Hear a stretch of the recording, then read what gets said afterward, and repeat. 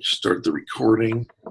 Welcome everyone here to our breakthrough power boost.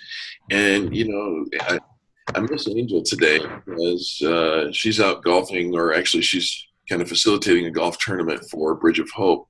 But she starts the meetings because she looks you right in the camera eye and says, "You're going to have a breakthrough today." And so that's my best impression of her, and I believe that if you want it, it's available. The phrase that we're kind of tossing around the office from time to time these days is it's there for you, right? If you want it, just reach out and grab your breakthrough. And excuse me, I'm going to go ahead and facilitate this one. But before we get started, wanted to kind of poll the group and see when you talk about mindset and what's going on in between the ears, what's the thing you either struggle with the most or that you see the most, either in yourself or in others? I'll give you that option out to put it to others so that it's not embarrassing for you, but this is a safe place. And so what do you struggle with, or what do you most have to deal with? And we'll go to Holly first. Go ahead, Holly. So I struggle with this, and potential people I get to work with struggle with shiny thing syndrome. I'm always a squirrel, right? Like, this really shiny thing right here that I really want to focus on because it's better than all the stuff that I can just set aside.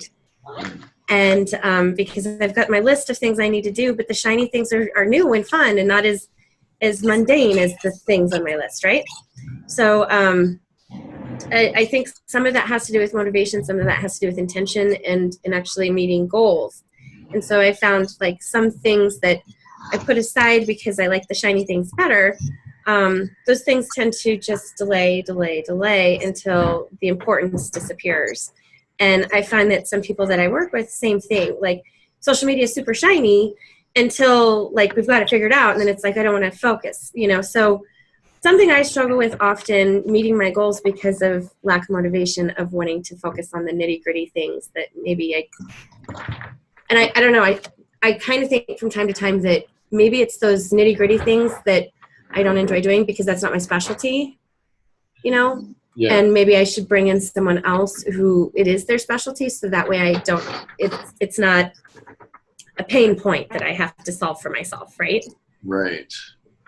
All right. Just me laying it out there, being vulnerable. No, and like I said, you're in a safe place. That's absolutely, and I get it. I mean, I have that same kind of shiny thing. Distractions get me on a regular basis. Who else would be willing to share the thing that they spend time either realizing they have to correct on a regular basis, or we're talking about mindset, right? What things do you challenge you in the space between your ears? Nobody else? I think for me, sometimes just being able to prioritize, and also kind of that distraction side of things. So when I have a million different things I can do, and I know one or two things are my top priority, but other things kind of pop in that need to happen and need to get done, and kind of realizing, how much time do I put on the backside work, and how much time do I put on the marketing, and how much time, so like how to balance all of those things out, I think sometimes just gets in my head, and I just kind of want to take a step back and say, okay, let's take a break. Right. Okay. So prioritization and putting weight or value on the various things. Yeah. Sometimes overwhelming. Gary, you're going to say something? Yeah, two things. One is, I really feel like, especially in North America, and I've dealt with this because I was programmed this way, that I didn't deserve. And so we will come up to the very edge of success and sabotage it. We'll get the shiny object syndrome. We'll get all these other things and never take the breast ring because someone else deserves it more.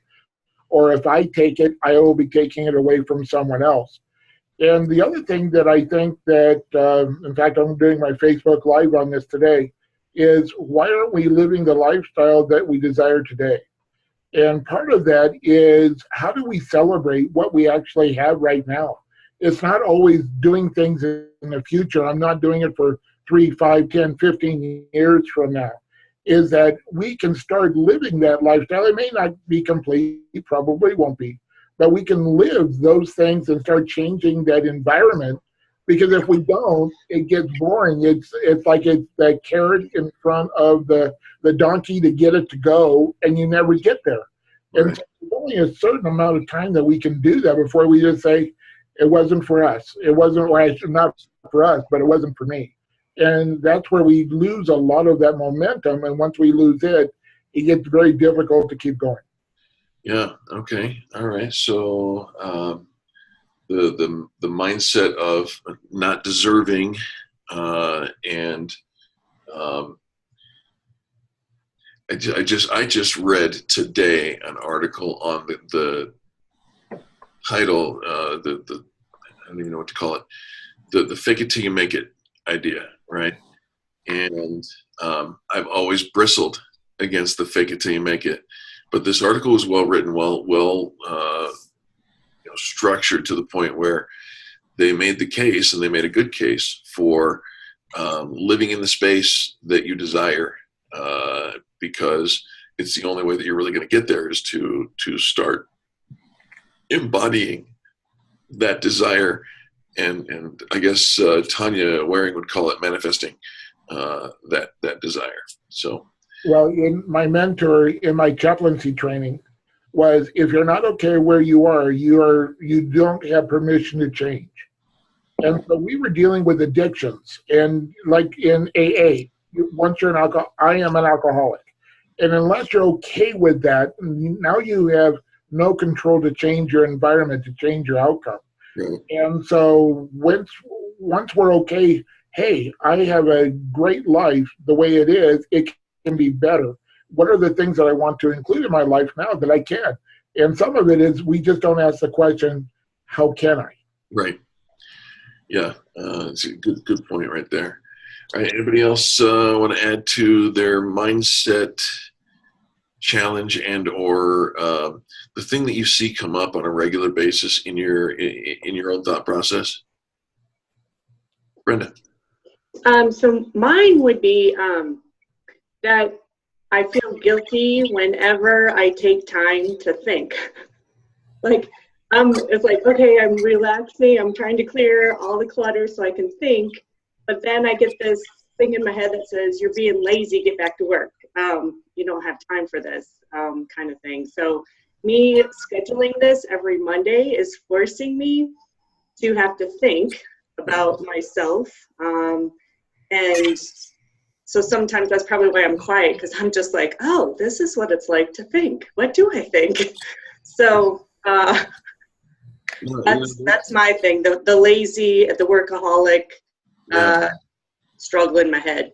Sure, the battle is real when you start thinking about how,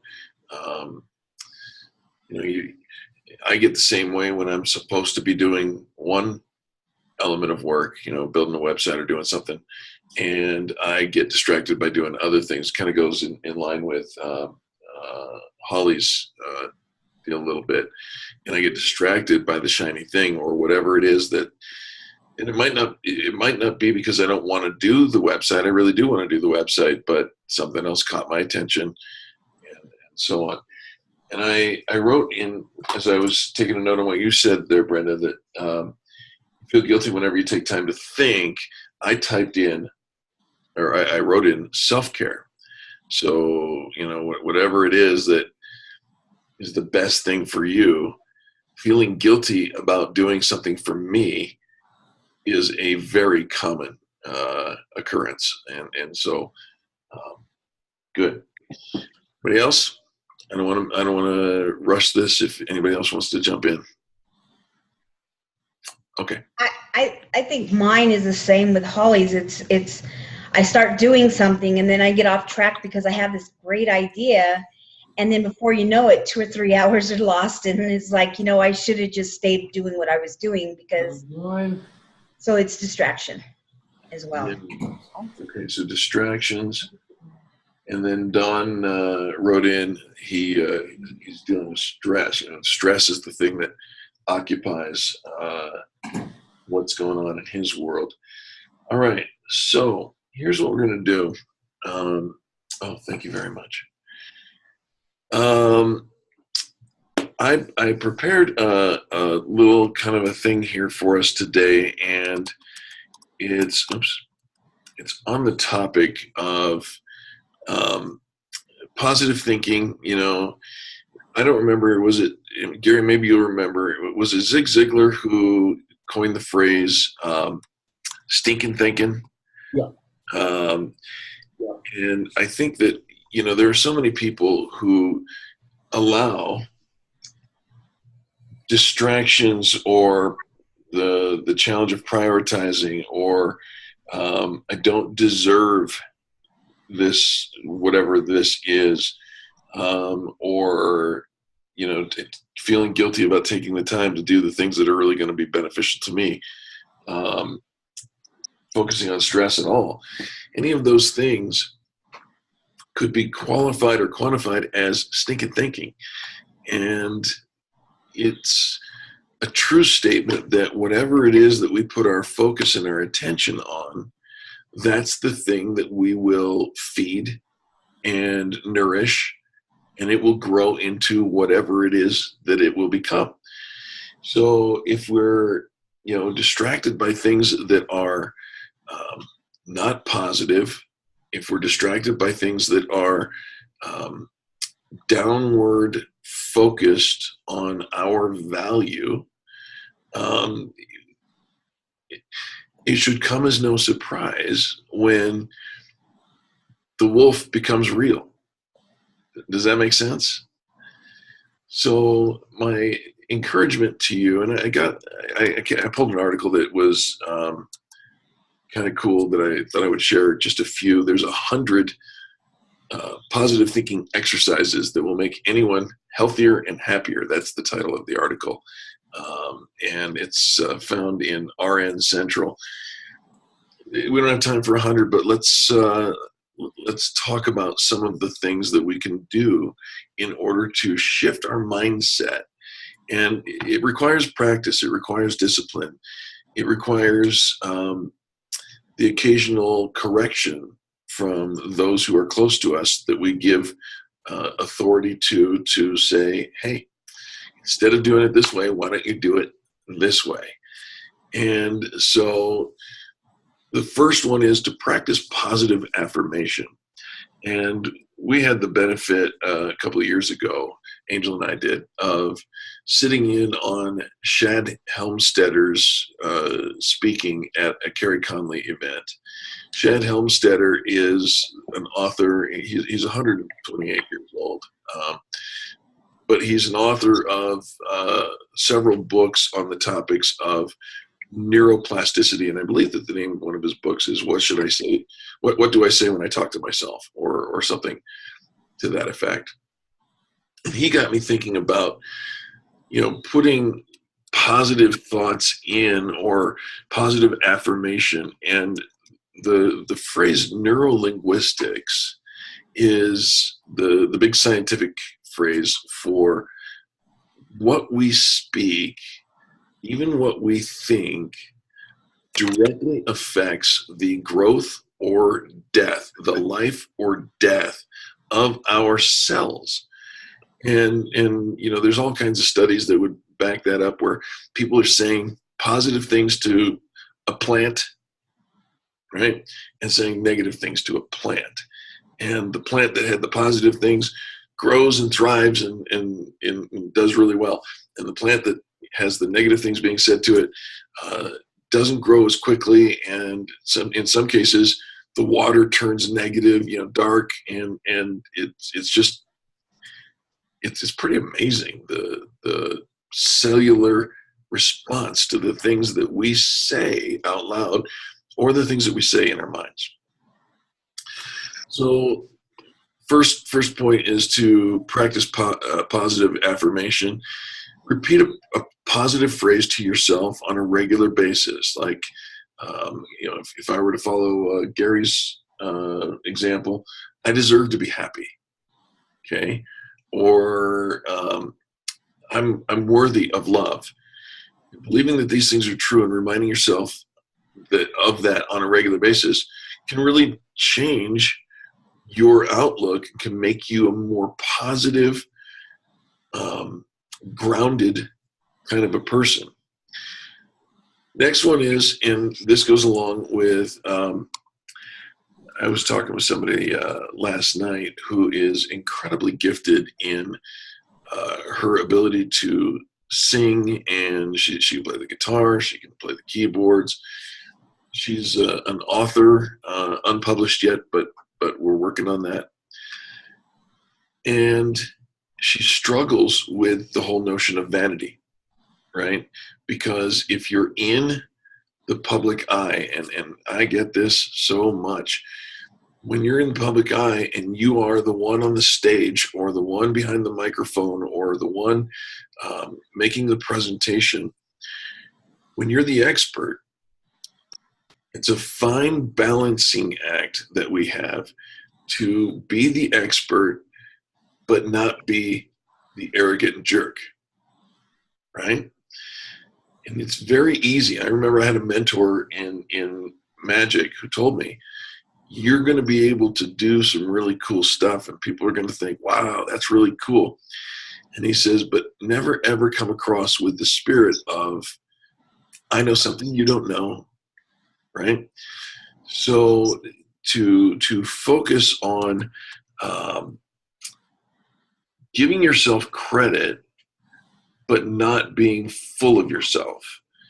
We feel frustrated or upset when we concentrate on the bad things, the mistakes that we've made. We spend a lot of time in that zone. I'm my worst critic, and maybe you've used that phrase before as well. When you say, when you think, I hate it when I screw stuff up. But then if you flip that around and say, wait a minute, I did this really amazingly today. And you can say that to yourself. You don't have to go out and tout that to anybody who will listen. They'll probably think you're an arrogant jerk. But you can acknowledge your role in what you've accomplished and be proud of the things that you've accomplished.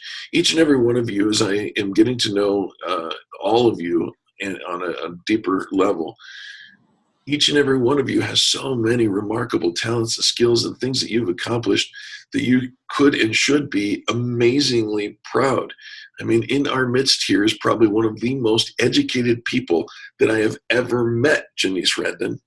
And, you got to be proud of the accomplishment that you bring to the table, because it's not just a unique and a unique differentiator for you, but it is a gift to everyone else that comes in contact with you, because your education forms who you are in many ways, at least has the ability to form that. And I think the last thing that I'm gonna focus on here, and maybe it's just because it's relevant in my life on a regular basis, and that is this: to address the mindset. And I wrote these down so that we can have further things to talk about in the future. But when it comes to our mindset, the time that we spend in the space between our ears, which, if you are honest with yourself, is an inordinate amount of time. We spend a tremendous amount of time thinking about who we are and in relation to who everybody else is. We compare against the neighbors. We compare against the competition.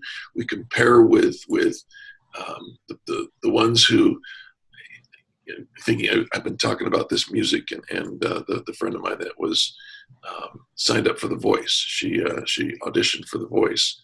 She didn't make it. She didn't really take it very seriously. But on The Voice auditions, you've got the ones that are like, wow, amazing. right?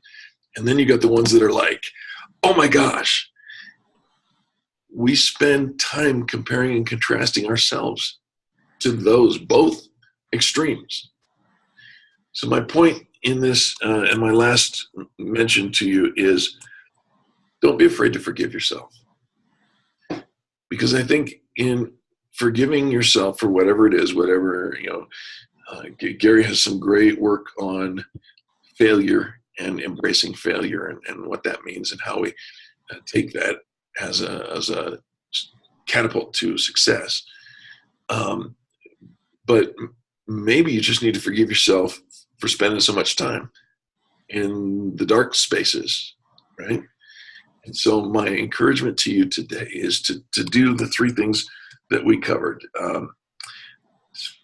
Practice positive affirmation,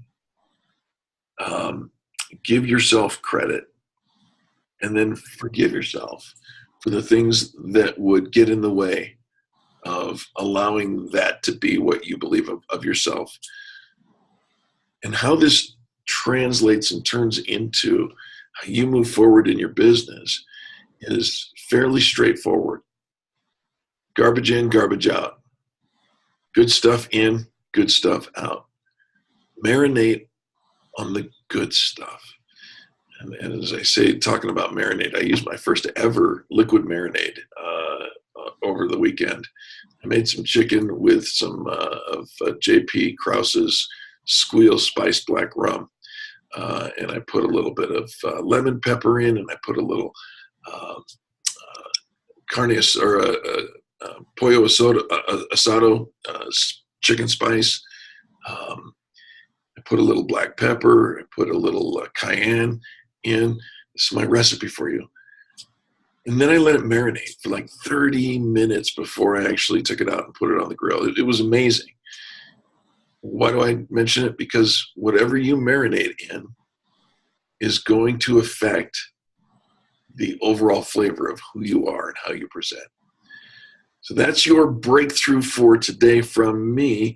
I'll open it up to any of you who would be willing to say, this resonated, or give me an aha, or I need tacos too, right? Who has an aha? Janice, please. That was powerful. Marinate on the good stuff. That's just, I have been marinating on all my Can'ts. Yes. And for far too long. So thank you for that. That was powerful. That really struck a chord today, to stop marinating on all that junk and just start marinating on all the good stuff. So thank you for that. Janice, you have, you won't probably realize this or recognize it, but I'm going to tell you now, you have impacted my thought process on this in the short conversations that you and I have had about your business and where you're at and what you're trying to accomplish and those kinds of things.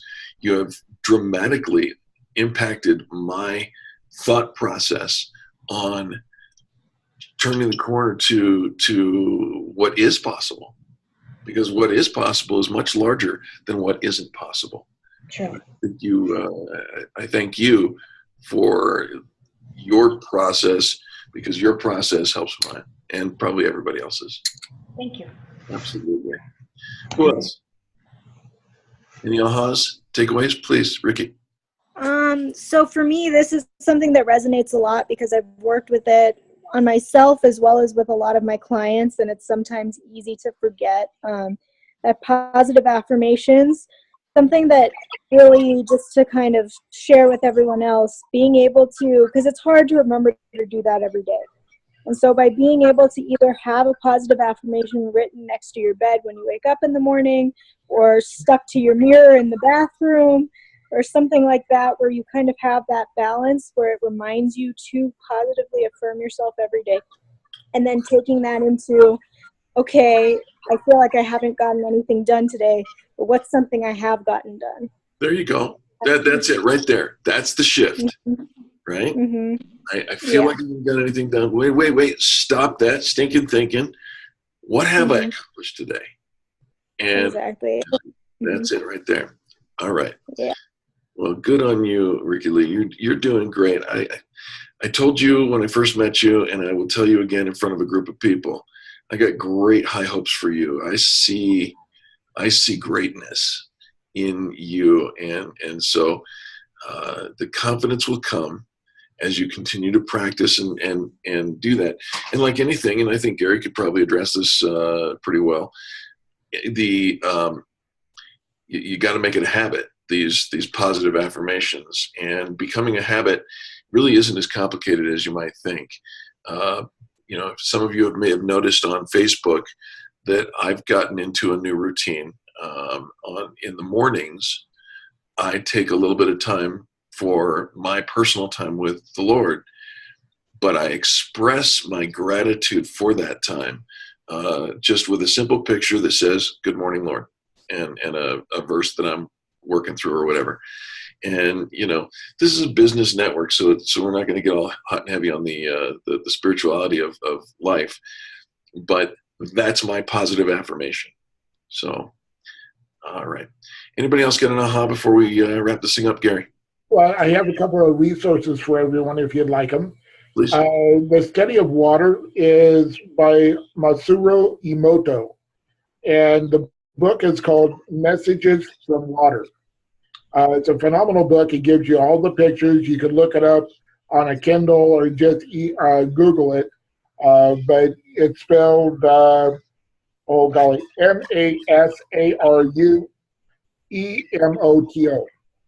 And the book is phenomenal. It's all colored. It shows what he did in the subways. He actually did pass away in 2014. But his work, there's 2 or 3 books out there by him. The other is a movie called What the Bleep Do We Know?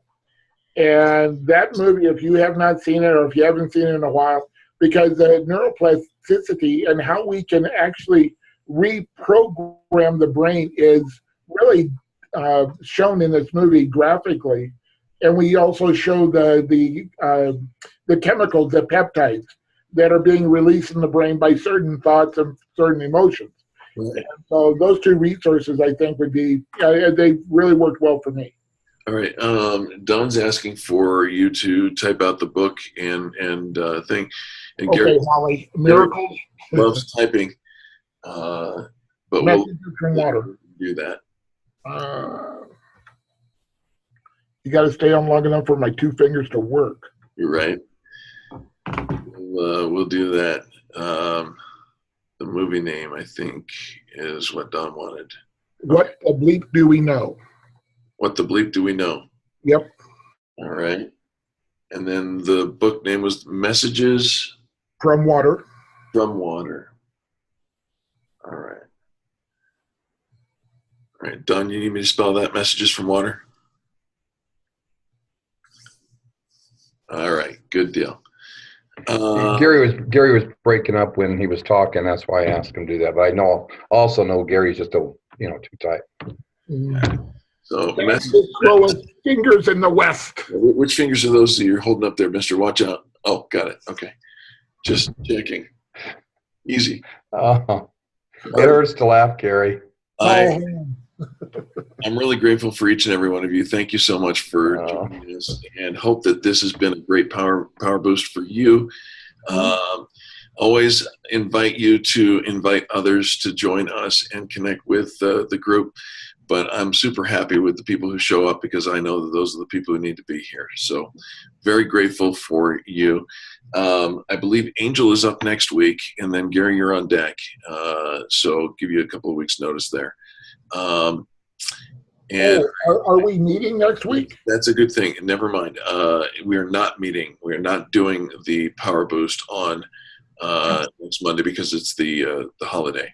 So Angel is up in 2 weeks, and then Gary, you're on deck after that. All right. Great. Gang, thank you so much. God bless you. Have a great rest of the day, okay? Thank you, everybody. Have a good week. All righty. We'll see you.